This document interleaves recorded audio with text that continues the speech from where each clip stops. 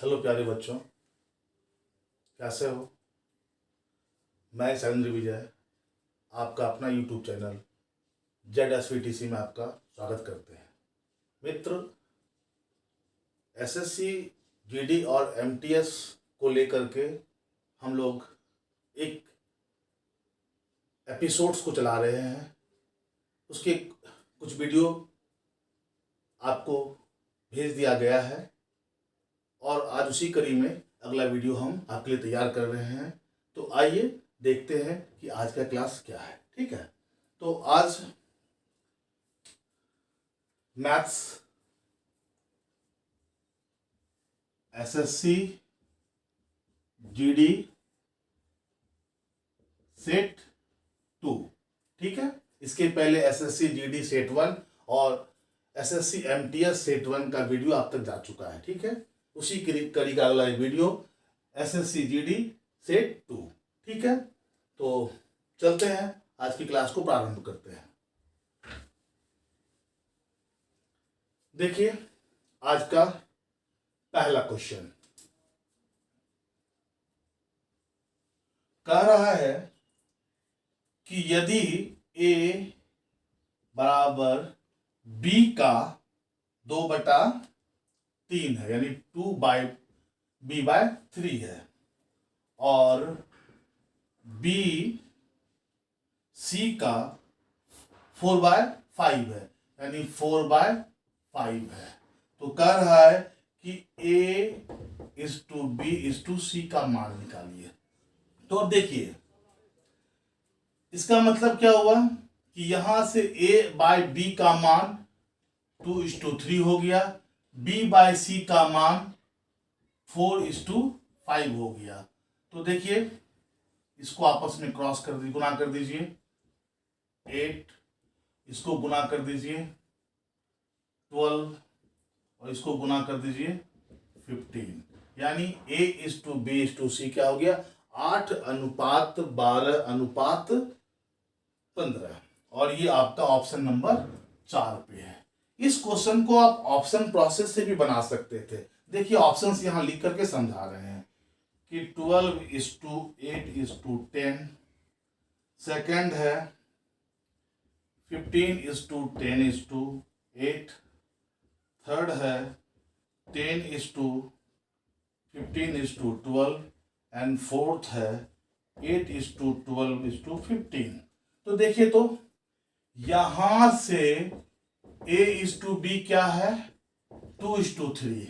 तो देखिए, तो क्या ये 2:3 है, यहाँ पे 2:3, यहाँ पे a और b का मान 2:3 है, नहीं है, यानी ये ऑप्शन गलत है। देखिए, यहाँ पे 2:3 है, नहीं है, ये गलत है। हाँ, यहाँ पे 2:3 है। देखिए कैसे, 5 से डिवाइड कीजिए 2 टाइम्स में, अब 5 से डिवाइड कीजिए 3 टाइम्स में। तो आप देखिए, तो यहाँ पे क्या है, यहाँ पर b/c क्या है, 4:5। तो देखिए, तो क्या इसमें 4:5 है, नहीं है, यहाँ पे 4:5 का रेशियो नहीं है। लेकिन देखिए, तो यहाँ पे 2:3 है, हाँ, 4 दूनी 8, 4 तिया 12। अब देखिए, तो यहाँ पे 4:5 है, हाँ, 4 तिया 12, 5 तिया 15, यानी आपका ऑप्शन ये हो गया। आप ऑप्शन प्रोसेस से भी इसको बना सकते थे, कोई प्रॉब्लम आपको कहीं पर भी नहीं है। चलिए, सेकंड क्वेश्चन को देख रहे हैं।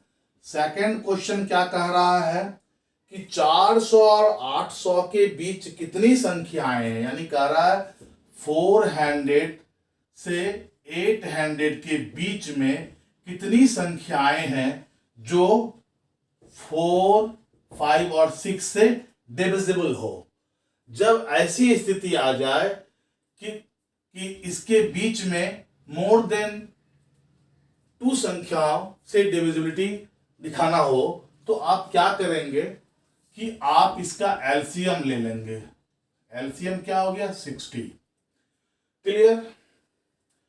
अब पहला काम करेंगे, पहले रेंज को 60 से भाग दीजिए और इसका इंटीजर ले लीजिएगा। इंटीजर दशमलव में मत लीजिएगा। देखिए, 6 मरते में चला गया, फिर इसी 60 से इसको डिवाइड कर दीजिए और इसका इंटीजर ले लीजिए।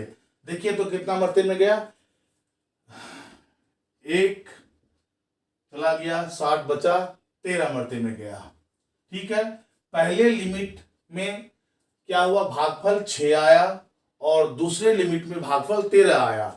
अब रिक्वायर्ड आंसर जो होगा वो लास्ट भागफल माइनस पहला भागफल इक्वल टू 7, यानी 400 से 800 के बीच कुल कितनी संख्याएं हैं, 7, और जो कि 4 से, 5 से और 6 से डिविजिबल है।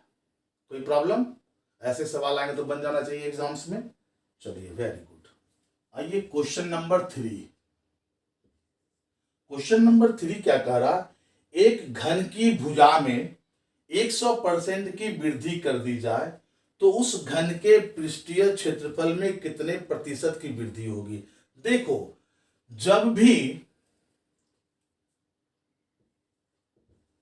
साइड ऑफ 2D या 3D फिगर को इंक्रीज या डिक्रीज करे और उसके एरिया या सरफेस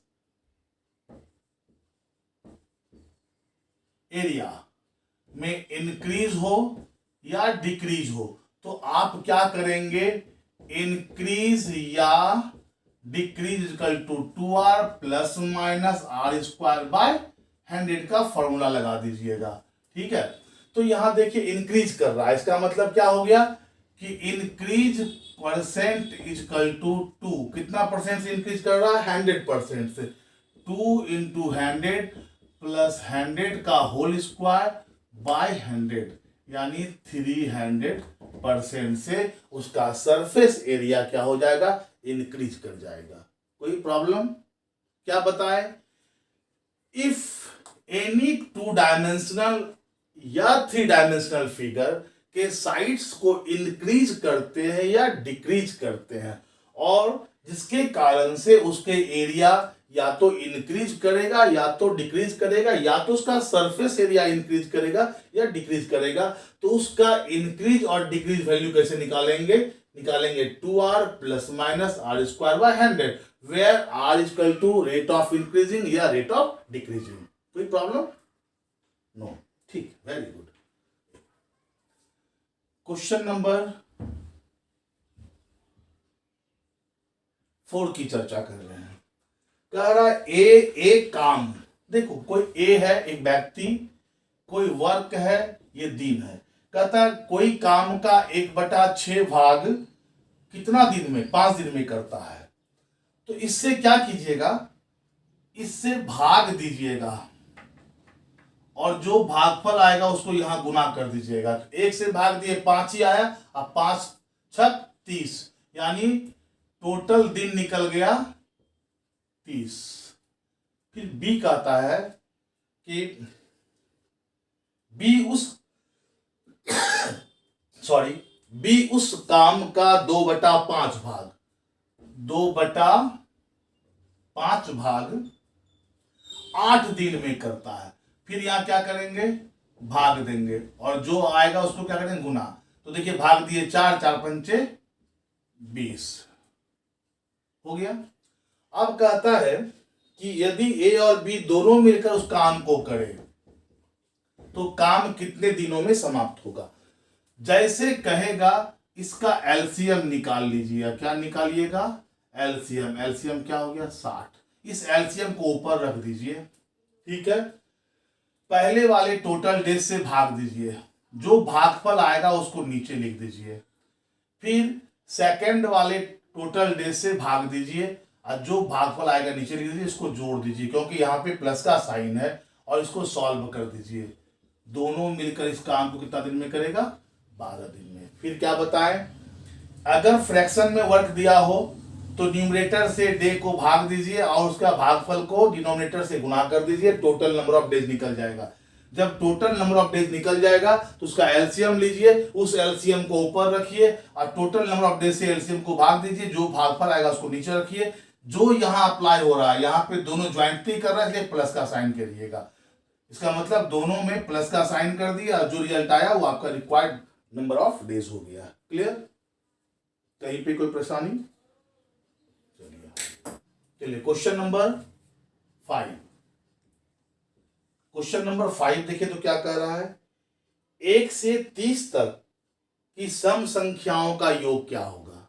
एक तरीका क्या देखो, 1 से 30 तक, इसका मतलब क्या हुआ, 2 4 6 8 8 30, ये सबको जोड़ देना था, इसका मतलब यही हुआ। और ये पूछ रहा था, तो देखिए कुछ नहीं कीजिएगा, सम संख्या है, सम संख्या है, इसका मतलब नंबर ऑफ टर्म्स कितना हो गया, नंबर ऑफ टर्म्स हो गया 30/2 यानी 15। और सम पूछ रहा है तो कुछ नहीं कीजिएगा, नंबर ऑफ टर्म्स से इसके पहली संख्याएं और अंतिम संख्याओं के योगफल के आधा से गुणा कर दीजिएगा। तो ये देखिए क्या हुआ, 15 हुआ, इधर हो गया 16, 15 16 240। क्लियर। क्या बोले, नंबर ऑफ टर्म पता लगा लीजिए और एवरेज, ये क्या हुआ, एवरेज हुआ। एवरेज क्या बोले थे, किसी भी सीक्वेंस का एवरेज कैसे होता है, first term plus last term by 2। तो first term plus last term by 2 average हो गया, average into number of terms equal to sum. ठीक है, कोई प्रॉब्लम। आइए क्वेश्चन नंबर 6 पे चल रहे हैं। क्वेश्चन नंबर 6 कह रहा है कि 4 संख्याओं में से पहली 3 संख्याओं का औसत, इसको समझिए, ये A है, ये B है, ये C है और ये D है, में पहले 3 का औसत, यानी इन तीनों के बारे में कह रहा है कि औसत क्या है, 18 है, यानी ये भी 18 है, ये भी 18 है और ये भी 18 है। औसत का मतलब क्या हुआ कि सबों का मान औसतम बराबर बराबर रखा जाए तो 18 18 18 है। और कहता है अंतिम 3 संख्याओं का औसत क्या है, 16, यानी अब इन तीनों के बारे में कह रहा है। तो ये 16 है, ये 16 और ये 16 है। कह रहा है यदि अंतिम संख्या 19 हो, इसका मतलब D का वैल्यू दे रखा है कितना, 19। तो कह रहा है कि A का वैल्यू बताओ। कुछ नहीं कीजिएगा, देखिए क्या करना है, इन दोनों का डिफरेंस बताइए, 16 से ये कितना अधिक है, तो 3 अधिक है। 16 से ये कितना अधिक है, तो 2 अधिक है। 16 से कितना अधिक है, तो ये भी 2 अधिक है।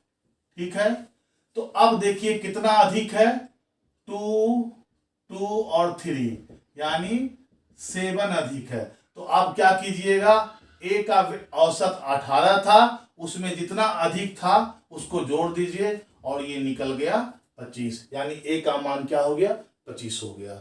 ठीक है, इसको आप और भी तरह से बना सकते थे, जैसे अगर देखिए, अगर आप ये कहते, अगर इसको कहते तो कहता है A plus B plus C का औसत 18 था, योग कितना हो जाएगा, 18 तिया 54 हो जाएगा। उसी प्रकार से बोलता है B plus C plus D का औसत कितना था, 16, तो 16 तिया क्या हो जाएगा, 48।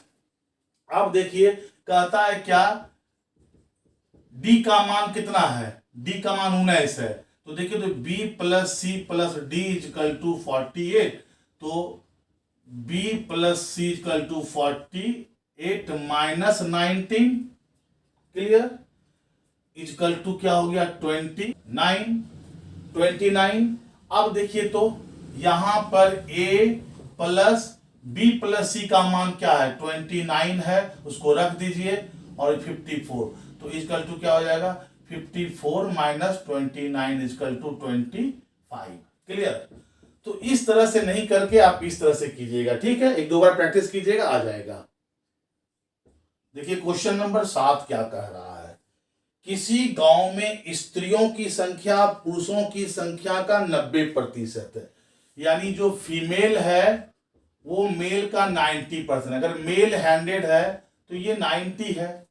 क्लियर। ठीक है, इसको और लिस्ट फॉर्म में ले जाएंगे तो ये 9 हो गया, ये 10 हो गया। तो कह रहा है क्या कि पुरुषों की संख्या स्त्रियों की संख्या के कितने प्रतिशत होंगी, इसको दो तरह से लिख सकते हैं। एक तो क्या हो गया, जैसे कह रहा है कि पुरुषों की संख्या स्त्रियों की संख्या कितना प्रतिशत होगा, इस फ्रैक्शन को उल्टा दीजिए और इसको 100 से मल्टीप्लाई कर दीजिए। तो क्या हो गया, 1000/9%, यानी अप्रोक्स 111%। या फिर ऐसे लिखिए जैसे लैंग्वेज बोल रहा है, क्या पुरुषों की संख्या स्त्रियों की संख्या का कितना प्रतिशत है, यानी 9 का कितना प्रतिशत बराबर 10। तो x बराबर 10 इंटू 1000/9 इक्वल टू 111%। अब जैसे आपको सुविधा हो आप उस तरीके से आप अप्लाई करेंगे, ठीक है। क्वेश्चन संख्या 8 कह रहा है 500 फीट लंबी एक रेलगाड़ी। देखिए ये एक रेलगाड़ी है, ये 500 फीट लंबी है, 700 फीट एक लंबे प्लेटफॉर्म को, 700 फीट एक लंबे प्लेटफॉर्म को कहता है 10 सेकंड में पार कर लेती है। तो देखो यहां डिस्टेंस क्या हो गया, 500 प्लस 700 इक्वल टू 1200 फीट, ये डिस्टेंस हो गया। अब क्रॉसिंग टाइम दिया हुआ है कितना आपका, 10 सेकंड दिया हुआ है। तो आपको पता है speed equal to distance by time, और डिस्टेंस आपका 1200 फीट है ही और टाइम आपका 10 सेकंड है, तो ये हुआ 120 फीट प्रति सेकंड, आपका आंसर हो गया। ठीक है, क्वेश्चन नंबर 9, ठीक है ना। देखो क्वेश्चन नंबर 9 क्या कह रहा है, शीशे के एक ठोस घन, घन का मतलब हो गया क्यूब, जिसके किनारे की माप 44 सेंटीमीटर, इसका मतलब इसका साइड दिया हुआ है, कोर 44 सेंटीमीटर, ठीक है। दूसरा क्या कह रहा है, 4 सेंटीमीटर व्यास की कितनी गोलाकार गोलियां बनाई जा सकती या बन सकती है, गोली मतलब गोला, ठीक है। इसका रेडियस क्या दिया हुआ है, रेडियस दिया हुआ 4/2 यानी 2 सेंटीमीटर, ठीक है। तो देखो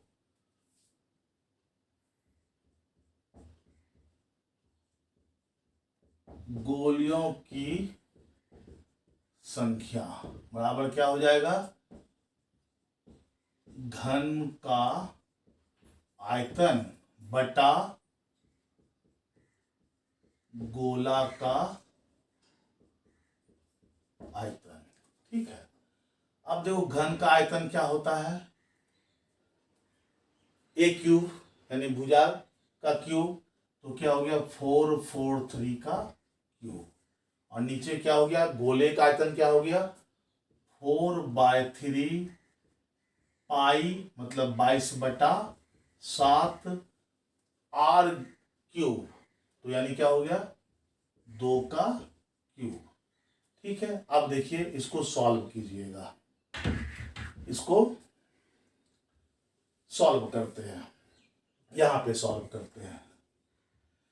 तो क्या हो गया 4 इंटू 4 इंटू 4 इंटू 27 ऊपर चला गया, नीचे क्या हो जाएगा 4 इंटू 2 इंटू 8, क्लियर। अब देखिए 4 से काटिए 11 मरते में, इससे काटिए 2 मरते में, इससे काटिए 4 मरते में, इससे काटिए 11 मरते में, तो क्या हो गया 121 इंटू 21। और जब इसको गुना करते हैं देख लीजिएगा इसको गुना करके, ठीक है 25 41, क्लियर। तो नंबर ऑफ गोलियां कितना बनेगा 2541, ठीक है। अब क्वेश्चन नंबर 10 पे चलते हैं।